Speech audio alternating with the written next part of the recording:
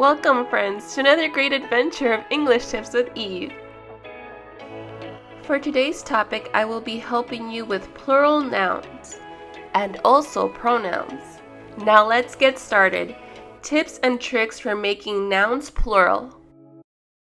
Let's begin with what is a plural noun. Plural noun means more than one. A noun's spelling usually changes when turned into a plural noun. Can you think of the most common ways that we make nouns plural? We usually add s or es. Again, to summarize, plural nouns are two or more people, places, things, or ideas. Here is our first helpful tip.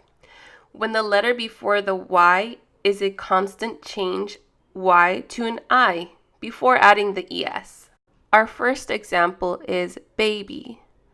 Baby changes to babies.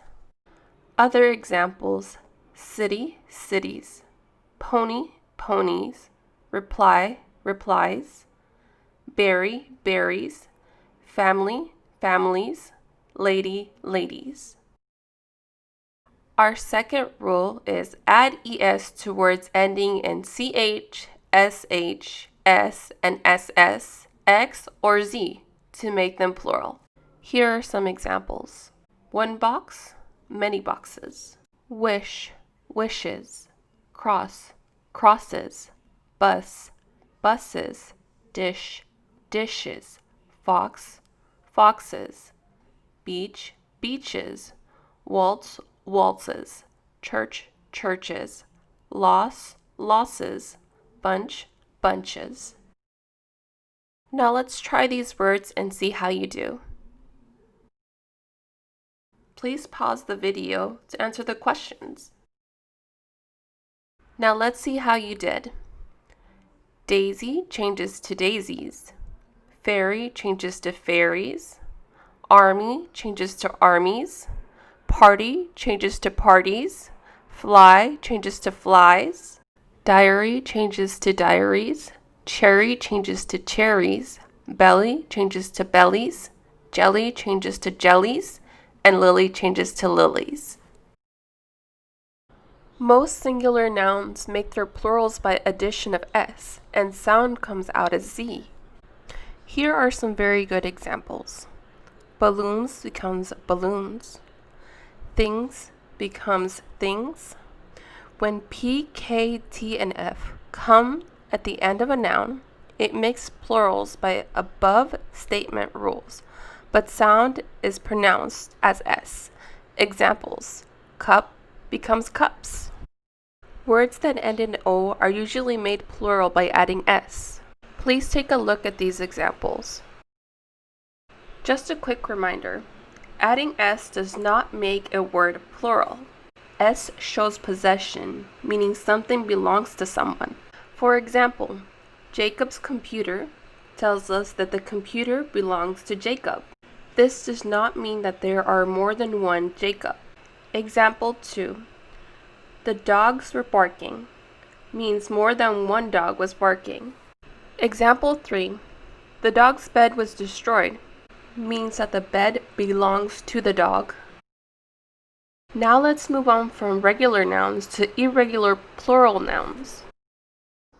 In this image, we can compare the difference between regular plurals and irregular plurals. And if you have any other questions, feel free to go ahead and leave them in the comment section below. Let's start by defining what is an irregular plural noun. Irregular plural nouns become plural by changing their spelling other than s or es. For example, ies or ves. Or a different spelling change. But wait, to really confuse us, some words stay exactly the same. Please take a look at this table. It's very helpful into understanding what a regular and irregular noun is. I'll also read some irregular plural nouns to you to get you started. For example, person, people, foot, feet, tooth, teeth. Now you try.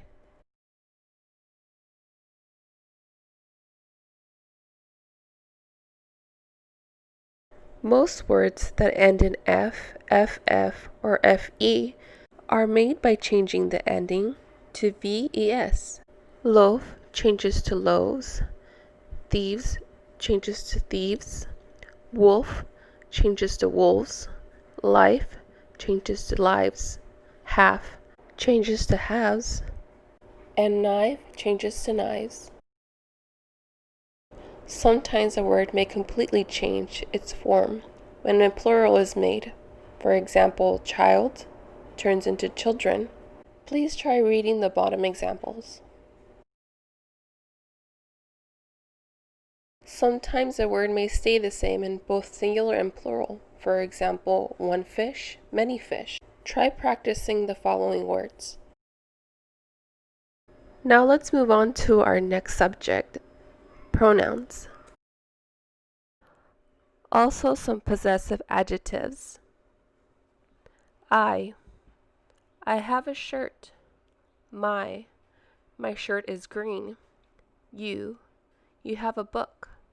He has a pillow. Your book is new. His pillow is soft. It's above. Its bone is cold. We have a bird. Your house is big. They have a car. Their car is slow. Now let's have you give it a try. Here are some English pronouns. Go ahead and read these over and see what you think.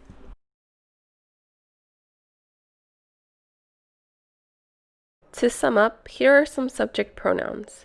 I, you, they, we, it, he, she. Thank you for tuning in. That's all for today. Please join me next time for prepositions. You can also follow me and subscribe to my Instagram for further valuable tips. Thank you so much for your support. I hope to see you next time.